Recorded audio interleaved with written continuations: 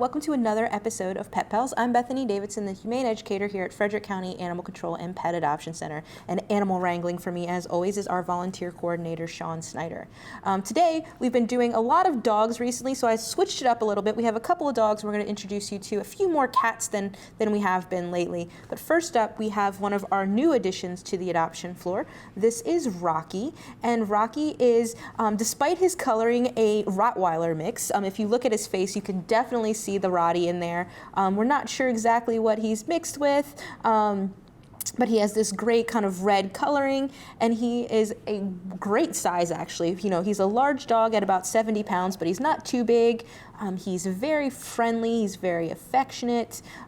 He has a ton of great qualities. I actually took him to the radio the other day, and it was just easier to kind of get him in my car, which was already defrosted as we've hit winter, and he jumped right in the back. He was really, well behaved. He rode well in the car, sat back there quiet, looked out the window. A lot of dogs are trying to climb all into the front seat or get into the back and do all kinds of stuff, and he was just, pretty relaxed and comfortable in the car.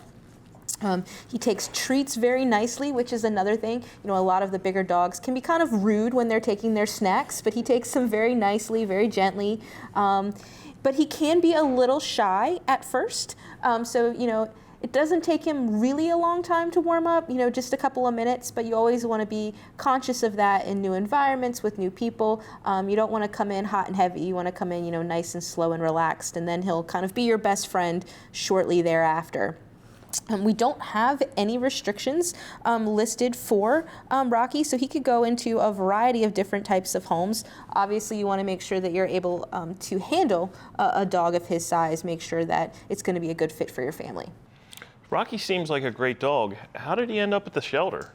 So Rocky doesn't always, some of the dogs that we get, have some challenges, and Rocky doesn't seem to have very many of those. And the reason that he was brought to our facility was just because his family was moving. We see that fairly frequently, but there are lots of resources out there. Some places even have lists, whether you're moving here or going to a different agency. Some local, like humane societies will have lists of pet-friendly housing so that you can kind of do a little bit of research. And a lot of housing here in Frederick is pet-friendly. You just want to make sure that obviously you're looking into how many pets are you allowed to have, or the sizes of the animals and things like that. Because he was previously owned, we do have some more information from his former owners. He did previously live with cats, and they didn't list any issues there. He did live with another smaller dog, and we haven't seen any issues here with him in terms of getting along with the other dogs. So he should be a great addition to a multi-pet household. But obviously you want to make sure that if you have a dog, you're bringing them here to meet Rocky, make sure that they're going to get along, and that you're doing proper introductions when you actually do get your new pet into your household. If you're interested in meeting with Rocky, you can do so by making an appointment at our booking website, which is visitfcac.as.me.